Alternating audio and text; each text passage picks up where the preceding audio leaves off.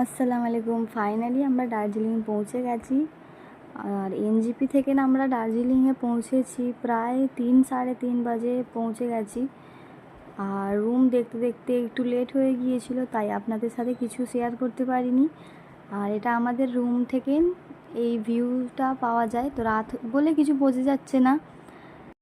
তারপর আমরা একটু খাওয়া দাওয়া করে একটু ফ্রেশ হয়ে বেরিয়ে পড়েছি একটু মল রোডটা ঘুরে দেখার জন্য যে আশেপাশে কি আছে না আছে। তো একটু আমরা এখন মল রোডটা ঘুরে দেখব। এখন কিছু কেনাকাটা করব না, ফের কালকে ঘুরতে যাব বলে একটু গাড়িটাও আগে থেকে বুক করে রাখতে হবে, না হলে কালকে অনেকটাই পেরেশানিতে পড়তে হয়। তো চলো একটু মল রোডটা ঘুরে ব্যাস একটু আশেপাশেটা একটু বসে আমরা আবার চলে যাব হোটেলে। কেননা কালকে সকাল সকাল আবার আমাদেরকে ভোরের বেলায় উঠতে হবে টাইগার হিলে যাবার জন্য। আর যাব বাতাসিয়া লুপ আর একটা মোনাস্ট্রিতে যাব। ব্যাস কালকেরটা এতটাই প্ল্যান করেছি। তার পরের দিনে যেখানে যাবার আপনাদের সাথে দেখাবো, আর কালকের দিনটাও আপনাদের সাথে শেয়ার করব। নিশ্চয়ই আপনারা দেখবেন, আমার ভিডিওটা জলদিই আসবে।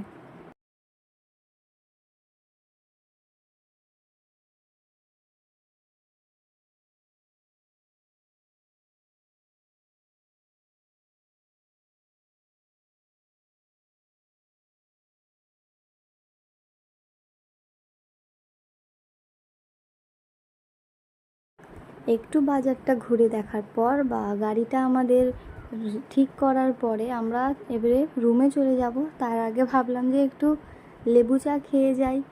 প্রথমবার খেলাম দার্জিলিংয়ের চা, অনেকই মজা ছিল। আর এটা হলো ভোরবেলার ভিউ, যেটা আমাদের রুম থেকেই দেখা যাচ্ছে। দেখতেই পাচ্ছেন যে কতটা সুন্দর, কতটাই না সুন্দর। আমরা উঠতে লেট করে দিয়েছিলাম, তাই সূর্য ওঠাটা দেখতে পাইনি টাইগার হিলে গিয়ে। তবে আমরা টাইগার হিলে যাব, এমনিই যাব, মানে একটু দেখতে যাব যে ওখানে কি আছে। তো এবারে একটু পরেই আমরা বেরিয়ে পড়বো টাইগার হিলের জন্য। তো চলো।